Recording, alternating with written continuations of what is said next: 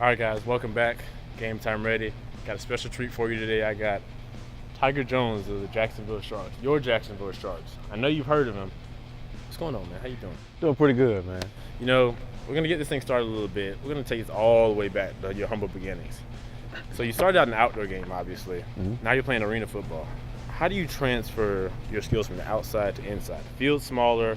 You got these big, giant nets. Everything is like, how do you condense your game to fit in an arena?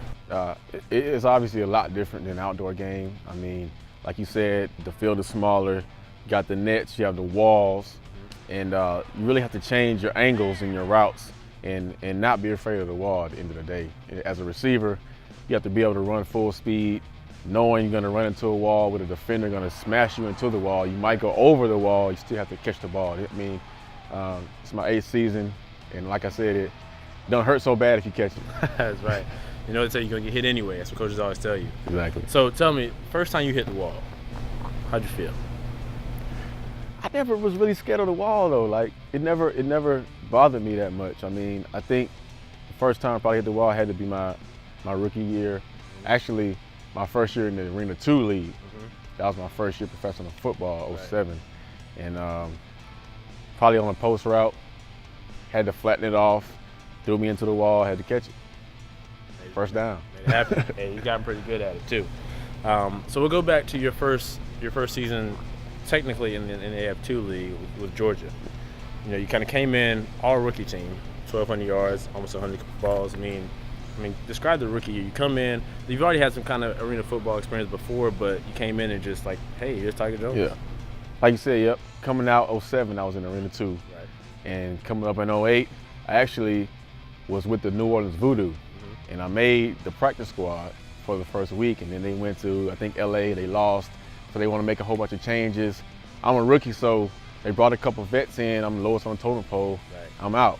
So, you know, I went home, trained, about 4 weeks later, shot in the dark, Georgia, had a couple receivers down, they were 1-3, and they brought me in on a 2-day contract. And I went in, and I had a couple good days of practice.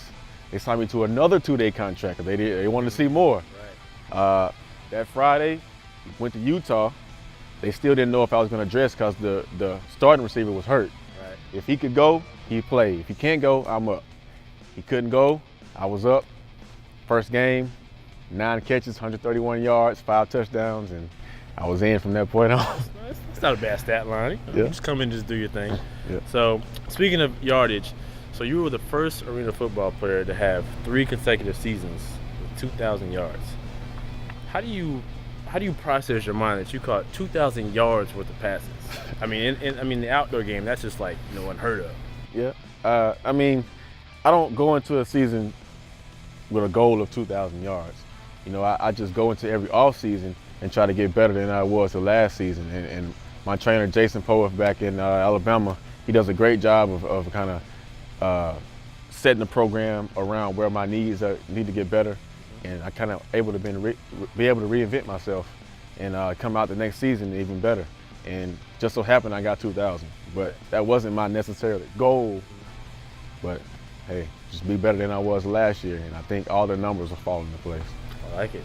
And now we got you here in Jacksonville, man. Describe your first couple seasons here. Yeah, last year came here. I knew Tommy Grady at quarterback, and just the roster that they had before I even signed was a championship contender type roster. And we came in knowing that we had to still get on the same page. Like, you don't win championships based on the roster on paper. Right. So we started off a little slow last year, but then we got it together and made a run. So tell me about your running mate, Joe Hills. I mean, I feel like every time I come out here, he's doing 1 or 2 things.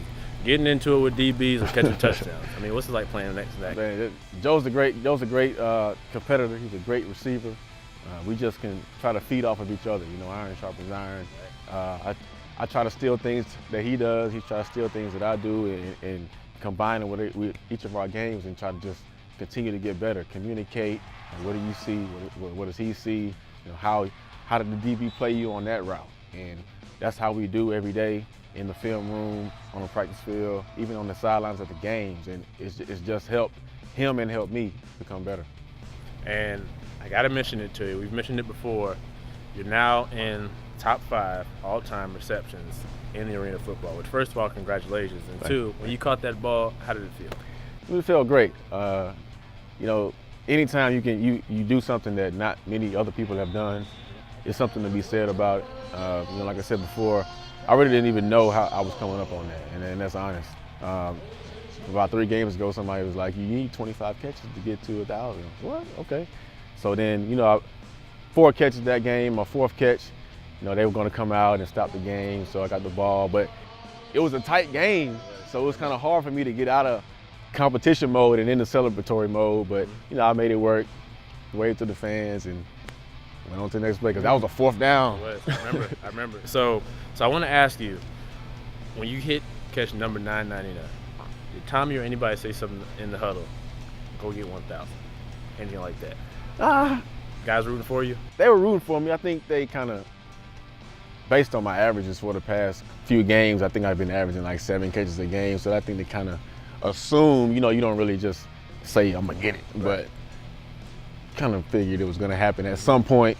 I think we were just in the flow of the game. Like I said, it was 4th down. It was a big play. We needed it, and I came open on the out route, and he hit me. Nice. I like it. So now I want to get into, we can kind of learn a little bit about Tiger the person. First of all, where did the nickname Tiger come from? Tiger's not his real name, by the way. But where did the nickname come from? My dad went to Tennessee State. Tennessee State Tigers. Right. So I was a little Tiger. Grew up, now I'm Big Tiger. So it just stuck. I've been Tiger all my life. Actually, it's funny. My mom never liked nicknames. Mm-hmm. So everybody had to call me Anthony Keith. That's my first and middle name. Mm-hmm. And so some of my family members still call me Anthony Keith. But in the sports world, everybody started calling me Tiger. My dad always called me Tiger. And my mom just calls me Tiger. So just go with the flow. Just that's how it ended up. And I want to mention a little something that some of you guys might not know, but this guy has another talent. He's a well-established musician. Other guys all these, I'm on Instagram all the time. I see you, Mo, all the guys having little concerts. So when's the Shark musical? I don't know about well-established musician. I like to say I'm a pro amateur. Okay. I can play a little bit. Mo, we like to get together and we clown around. Nobody claims to be able to sing. That's the beauty of it, though. Nobody can sing, but we still just hitting all the notes, all of the runs, and having fun with it. And that's what we do. All bangers, no singers. All bangers, no singers. That's it.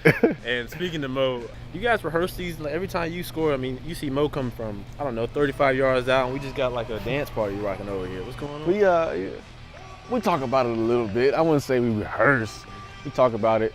The people said, well, they actually ad-libbed at the end of that. We had no idea they were going to jump in and do that. But we talk about it and try to get in sync for the most part. But most of the time, it's just like ad-lib stuff.